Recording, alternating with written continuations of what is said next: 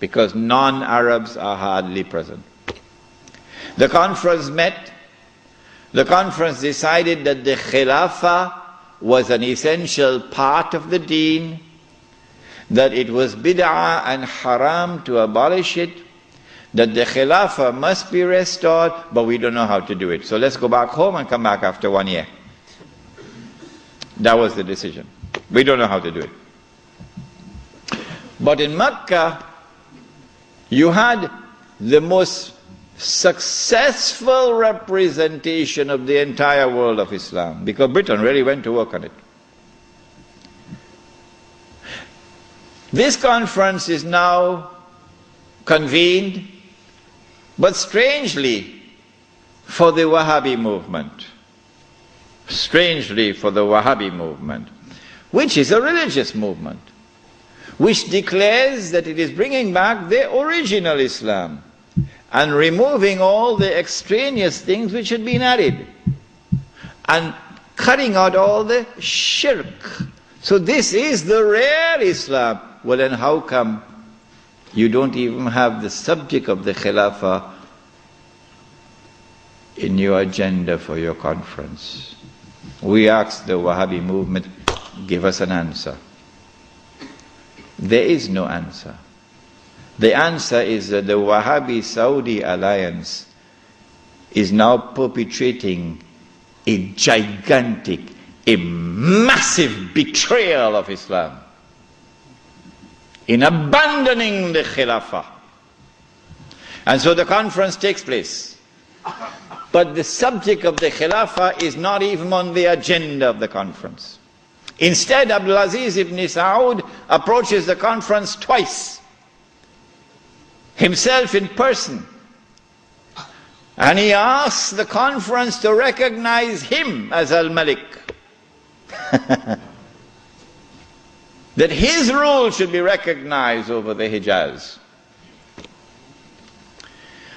When the conference had heard His Majesty the King on both occasions, and the conference is now sitting down to discuss the matter, shall we recognize Saudi Wahhabi rule over the Hijaz? The leader of the Indian Muslim delegation jumped up to speak first. He spoke first. His name was Maulana Muhammad Ali Jawhar. He got up and he told the king, get lost. We'll never do that. As soon as the leadership of the Indian Muslim delegation had established its position of rejecting the claim of the Saudi Wahhabi leadership for sovereignty and control over the Hijaz, the rest of the delegates couldn't say, That was the power of a man who knew Islam and lived Islam. And so the conference ended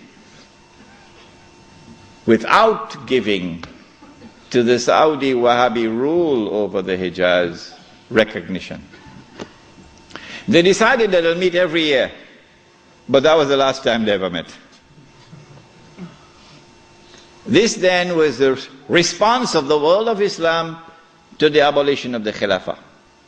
In 1930, I think, or 31, Hajj Amin al-Hosein in Jerusalem felt that the ominous advance of the Jews in the Holy Land required a response from the world of Islam. So he sought to reconvene the conference in Jerusalem. But it was a new conference. It gave it a new name in 1930 or 31. They call it the Al-Aqsa Conference, or the Mu'tamar al-Am. And this conference also met in 1930-31, but you're meeting to establish Darul Islam in a territory which is under British rule. Nothing could be more foolish than that. How can you restore Darul Islam when you're meeting in a territory which is under British rule? And you have to get permission from the British government to hold your conference. So the conference ended without being able to do anything about it. Since then to this day, there has been no effort, no significant effort on the part of the world of Islam to restore the Khilafah. Why? Simple. Because you cannot restore the Khilafah unless and until you can liberate the Hijaz, Makkah and Medina. You can't do that when the Hijaz, the security of the Hijaz is underwritten by Uncle Sam. What is the replacement of the Khilafah? Around the world, beginning with the secular Republic of Turkey, and then an Iran which resembles a Shia republic, but essentially is a secular republic. And then the secular Republic of Pakistan, which of course has now become the American Republic of Pakistan. And then in 1933, the Republic of Saudi Arabia, but they're parading as a monarchy. But it's actually a secular state, because it has all the trappings of a secular state. A secular state has territorial sovereignty. The state of Saudi Arabia has territorial sovereignty. A secular state has citizenship. Once upon a time when I went to Mecca, I was Muslim. And the only difference between me and my fellow Muslim who was resident in Mecca was that I was Musafir and he was Sakin. Other than that, we're the same. But now, I am a foreigner. If this is not bid'ah, I should change my name. I am now a foreign national, and they are Saudis. And all the oil that Dajjal discovered underneath the soil belongs to them. They own it. So what about Abdulaziz ibn Saud's proclamation that this entire land belongs to the world of Islam? That's forgotten. That's why they hate me for reminding you of these things. The entire world is now embraced. The entire world of Islam is now embraced by the modern secular state. Now let me say to you before I leave Australia, any Muslim, whenever I talk on two subjects, a lot of people now begin to behave strangely towards me. But while it pains my heart, it will not change me, because I do not teach Islam to please people. I try to do it to please my Lord. When I talk on the subject of riba, some people begin to hate me. Yeah, it doesn't matter.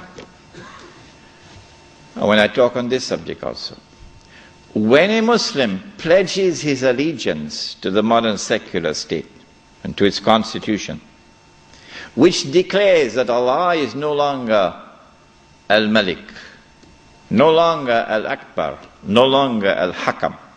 The state is now Al-Malik, Al-Akbar and Al-Hakam. And the state can make halal what Allah made haram. When a Muslim pledges his allegiance, and you've got to do that to get citizenship. Oh yeah, can't get a US passport without pledging allegiance. When you do that, you commit shirk.